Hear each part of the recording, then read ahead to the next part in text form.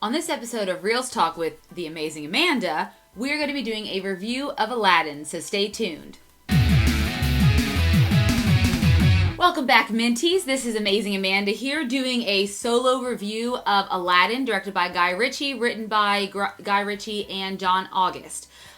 This is the infamous remake starring Will Smith as the genie. It also has Naomi Scott as Jasmine, Mena Massoud as Aladdin. I got a chance to see this with my daughter, and I just wanted to give you guys a quick review. I'd say it'd be spoiler-free, but a lot of people, for the most part, have seen the Disney classic from the early 90s, so you have a general idea of what the story entails.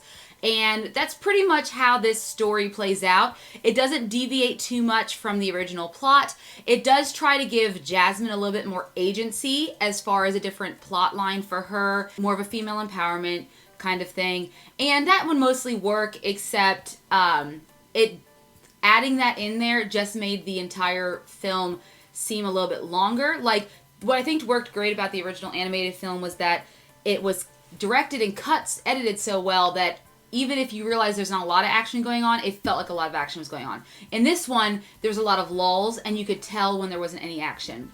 And that, I think, really played a major part in... So there's a couple of new songs in this film, and the one major song is sung by Jasmine, and it's placed at a very weird part of the film where you have a lot of rising action, and you're expecting to reach your climax, and all of a sudden we have a pause so she can have a big moment of this song that stands out. It's a great song on its own, but for the film, it's not so great because it doesn't fit the same tone as the other songs, which are all Alan Menken originals. This one was not written by Alan Menken, it was written by someone else.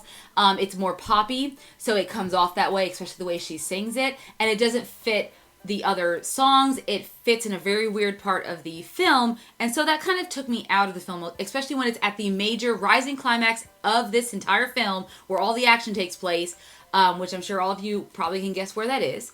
And so that was a little bit of my main issues with the film. It was just okay as a remake.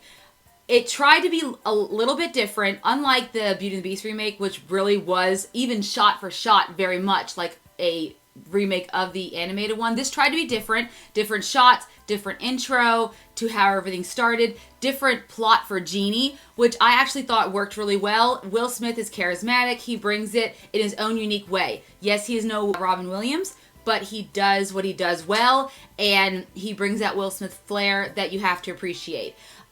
Even to some of the original songs, he changes some of the lyrics up, adds a little bit of different flavor. But that doesn't mean that necessarily made the film better. It just made the film different.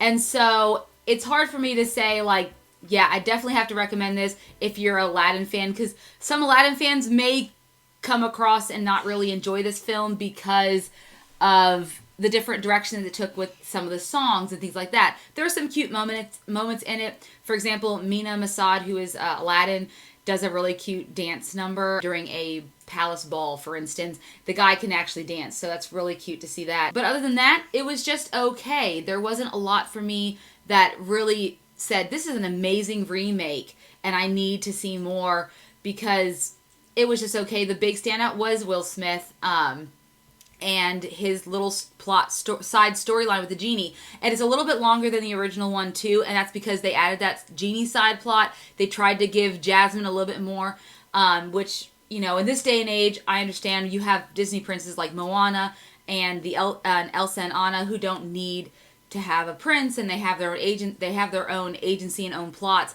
And Jasmine was one of the first who had a little bit of that, but not a lot. But it just kind of ended up hindering the overall flow of this film. And so I enjoyed it, but not entirely. They did change up some of the songs. Some of it I liked, some of it I didn't.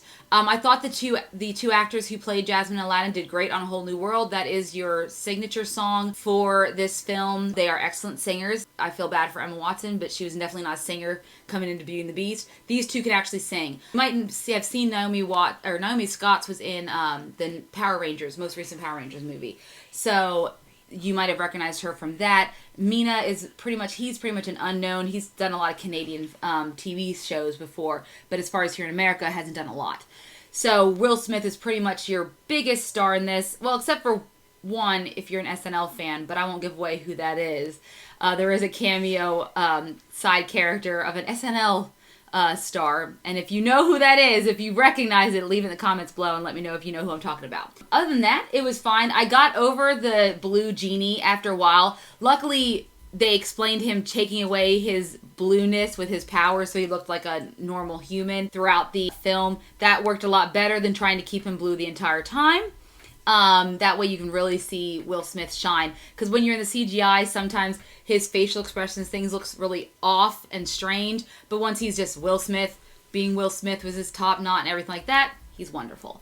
So overall, I'd have to say with this film, I would give it probably like a 6 out of 10 because it was enjoyable, but as far as remakes go, as far as adding new and different things, I really think it didn't do the original film justice. Like I said, the plot ended up meandering a little bit too much. There was too many different side stories that took a break from our main action, and I think that's what made the first film, the animated film, work so well, and what made it become such a beloved classic was because it was such a tight editing process that everything moved so fast that even if there really wasn't a lot of action in it, it didn't seem like it was slow. In this one, you can really tell there's not that much action, especially in the climax scenes of this film, the major conflict that we have that comes to a head.